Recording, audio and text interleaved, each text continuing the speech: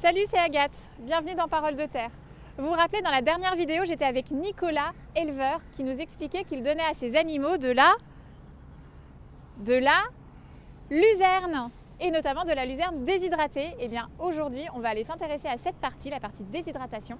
Et pour ça, j'ai rendez-vous avec Romain. C'est parti.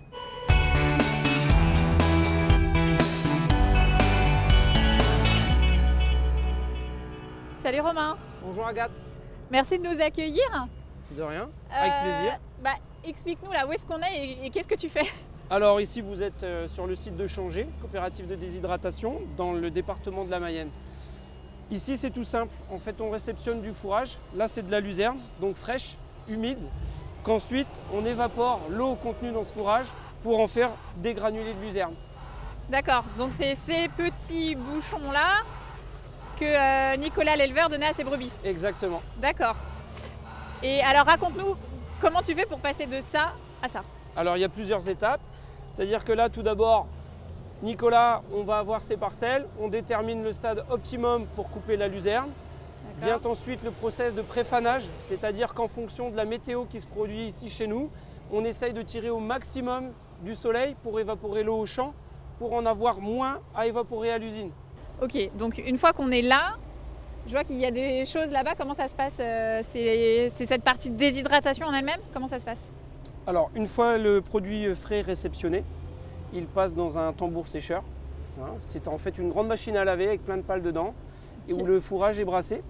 Et un flux d'air chaud passe à l'intérieur de ce tambour sécheur, qui permet justement d'évaporer l'eau du fourrage au fur et à mesure, et de le restituer sous cette forme de bonbon sec. D'accord. Et comment tu obtiens cet air chaud? Il vient d'où? Alors cet air chaud nous vient d'un combustible. Donc ici vous êtes sur un site 100% énergie renouvelable, au niveau d'utilisation de biomasse, donc de la plaquette forestière.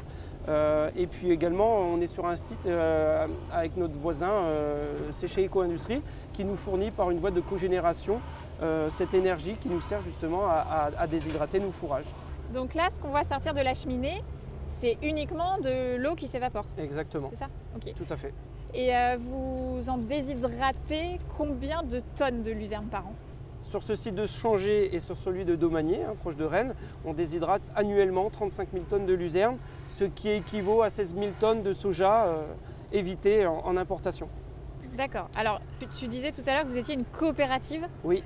C'est quoi le rôle d'une coopérative par rapport à une entreprise classique? Alors, la coopérative est en fait l'outil des adhérents qui y adhèrent. C'est-à-dire qu'un agriculteur souhaite travailler avec nous par rapport aux services que l'on propose, devient adhérent par la mise en place de capital social. D'accord, donc voilà. C'est lui qui a une part de cette Exactement. entreprise. Ils ont tous des parts dans notre coopérative, dans leur coopérative. Nous, on est en tant que salariés de l'entreprise pour leur offrir le service qu'ils souhaitent pour répondre aux besoins de leur exploitation. L'avantage pour eux d'avoir recours à une coopérative permet de mutualiser l'investissement plutôt que de le subir eux seuls. Alors tu nous dis que en gros chaque tas correspond à une récolte d'un éleveur.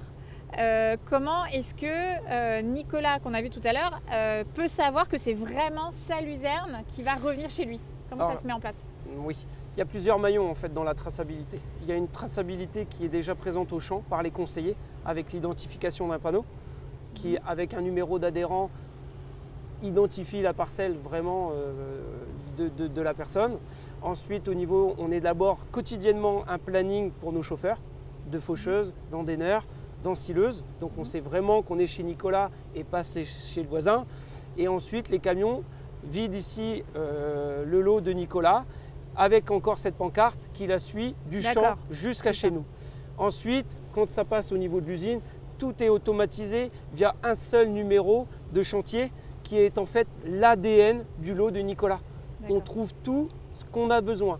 Les températures d'entrée, de sortie, l'humidité à laquelle le fourrage nous est arrivé, l'humidité à laquelle il va le recevoir, le tonnage sec, tout autant d'informations qui nous sont utiles chaque année pour pouvoir nous améliorer aussi sur le process de fabrication, de récolte.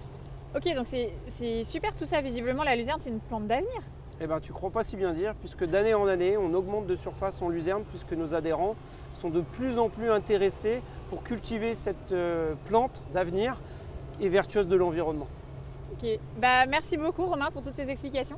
De rien, À bientôt. avec plaisir. Merci, au revoir Agathe. Merci à tous d'avoir suivi cet épisode.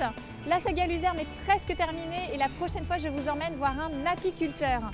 Vous ne voyez pas le rapport? Eh bien abonnez-vous à notre chaîne YouTube Terre ou Léo Pro et moi je vous dis à très bientôt pour de nouveaux épisodes. Salut!